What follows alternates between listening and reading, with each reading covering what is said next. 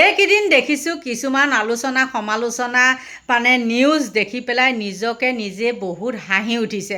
আৰু নিউজ কৰিছে কোনসকলে বা আলোচনা সমালোচনা কোনখিনিয়ে কৰিছে আপোনালোকে জানেনে বাৰু কোনে কৰিছে? সেইখিনিয়ে হ'ল যিখিনিয়ে এতিয়া আলোচনা সমালোচনা কৰি পেলাই ছ'চিয়েল মিডিয়াক গৰম কৰি আছে, উন্নয়নৰ ফটাঢোল কোবাই, আমুক কোবাই তামুক কোবাই চৰকাৰক গালি পাৰি আছে। সেইখিনিয়ে আকৌ বিজেপিক ভোট দি পেলাই তেওঁলোকে জয়যুক্ত কৰাইছিলে। কৰাই লোৱাৰ পিছত এতিয়া আকৌ তেওঁলোকে কি কৰে মানে চিঞৰ বাখৰ কৰি পেলাই মানে এইবিলাক মানে মানুহৰ আগত দেখায় যে চাহ বিজেপি চৰকাৰ এনেকুৱা, বিজেপি চৰকাৰ তেনেকুৱা। কিন্তু তেওঁলোকে কিছুমান নিজৰ ক্ষুদ্ৰ স্বাৰ্থত, আঁচনিৰ স্বাৰ্থত তেওঁলোকে বিজেপিক ভোট দিছে।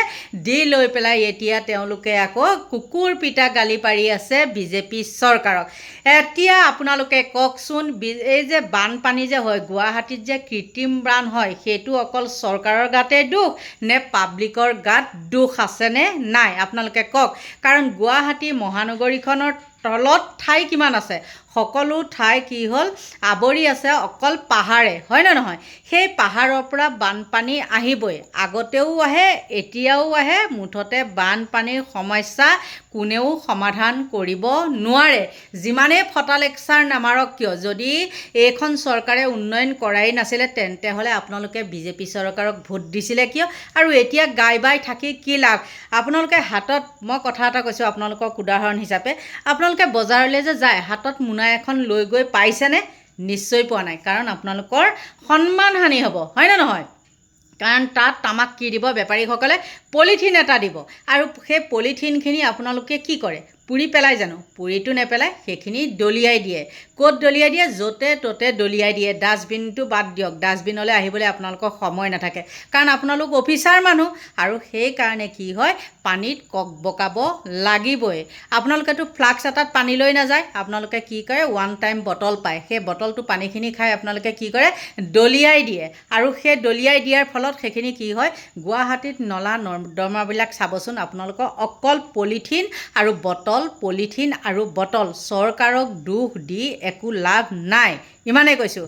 বহুত চৰকাৰক এইবিলাক লৈ পেলাই বহুত হ'ল, বহুত প্ৰতিবাদ কৰিলোঁ, বহুত কিবা কৰিলোঁ, বুঢ়াই হৈ গ'লোগৈ প্ৰতিবাদ কৰি কৰি, কিন্তু সমাধান নহ'লে। কোনো এখন চৰকাৰে সমাধান কৰিব কিন্তু নোৱাৰে। গুৱাহাটীত বিশেষতে গুৱাহাটী মহানগৰীত কোনেও বানপানীৰ সমস্যা সমাধান কৰিব নোৱাৰে। তাৰপিছত আহি গ'ল গুৱাহাটীত পাহাৰ কটা, কিবা কটা, এইবিলাক নহয় জানো? আৰু পাহাৰ মানে বাৰিষা হোৱাৰ আগে আগে কি কৰে জানেনে? মানে এখন এখন লিষ্ট মানে চৰকাৰৰ ফালৰ পৰাই বেনাৰ এখন মাৰি দিয়ে।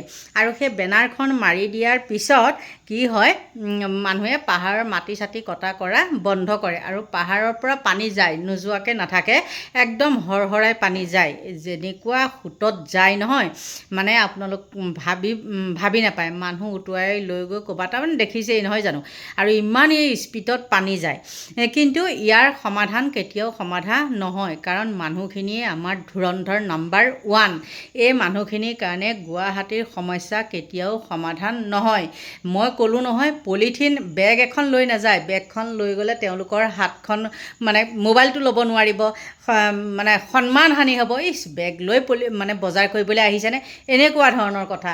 কিন্তু পলিথিনটো হেৰি কৰিবলৈ গ'লে, বন্ধ কৰিবলৈ গ'লে কি হ'ব, একে গুৰিত বন্ধ কৰিব লাগিব, ফেক্টৰীত বন্ধ কৰিব লাগিব। কিন্তু সেইবিলাকতো নকৰে, কৰিব জানো? কাৰণ সেইবিলাকৰ পৰা চৰকাৰে কমিশ্যন পাই থাকে। এইখন চৰকাৰেই নহওক বা বেলেগ এখন চৰকাৰেই হওক, যোনেই নহওক কিয়, মুঠতে প্ৰতিখন চৰকাৰেই তেওঁলোকৰ ওচৰত মানে সেইবিলাক বিনিময় থাকিবই, তেওঁলোকৰ সেইবিলাক নিয়ম। আৰু সেইকাৰণে পলিথিনৰ সমস্যাটো সমাধান নহয়। আৰু পলিথিনে গৈ কি কৰে, সোপা মাৰে আৰু বানপানী, কৃত্ৰিম বানপানীৰ সৃষ্টি হয়। আৰু সংসাৰৰ জাবৰ জোঁথৰ কিমান কি ক'ব আৰু, একে ধুৰন্ধৰ নাম্বাৰ 1। কিন্তু ইমানেই ক'লোঁ, ধুৰন্ধৰ নাম্বাৰ 1।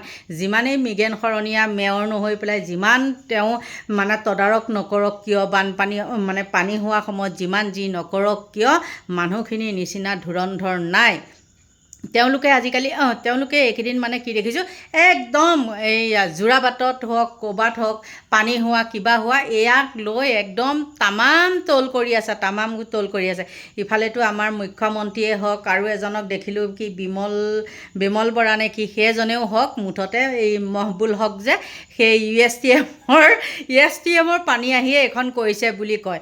মানে বোকা ছটিওৱা খেল, মুখ্যমন্ত্ৰীয়ে বোকা ছটিয়াই সেইফালে, সিফালৰ পৰা ছটিয়াই এইফালে, সেইটোৱে। কিন্তু মেঘালয়ৰ পানীটো সেইফালেই যায়, যোৰাবাট হৈ পেলাই সিফালেদি গুচি যায়গৈ। আৰু তাৰো হেৰিটো ড্ৰেইনটো একদম জাবৰ জোঁথৰে মানে পোত খাই থাকে, সেইকাৰণে পানীখিনি যাব নোৱাৰা হৈ পেলাই মানে ৰাস্তালৈ উঠি গুচি আহে। আৰু আপোনালোকে চাগে নিউজত দেখিছেই নহয় জানো, যোৰাবাটৰ অৱস্থা কি হৈছে আপোনালোকে গম পাইছে। ওলায়ো যাব নোৱাৰিলোঁ, মানে নগ'লোঁ ঘৰৰ পৰা, পানী দেখিছোঁৱেই নিউজত ন, গৈ পেলাই আকৌ তাত কিয় জঁপিয়াই মৰোঁগৈ, গতিকে নগ'লোঁ। কাম আছিলে কিছুমান, দেখিছে কিমান হাৰাশাস্তি হৈ আছে। মানে এনেকুৱা ধৰণৰ এতিয়া বহুলোকে কৈছে যদি সেই ইউ এছ টি এমখন যদি মুখ্যমন্ত্ৰীৰ পত্নীক দি দিয়া হয় তেতিয়াহ'লে তেওঁলোকে তাৰ পৰা পানীটো আহিছে বুলি নক'লেই হয়।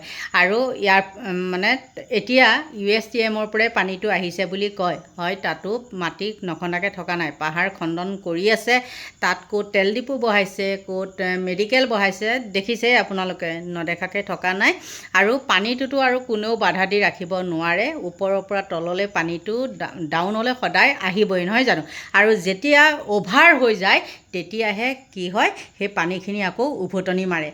কিন্তু এটা কথা নহয়, আমি এতিয়া এইখন চৰকাৰক ইমান সাহসেৰে একদম খুব তল কৰি আছোঁ, গালি পাৰি আছোঁ।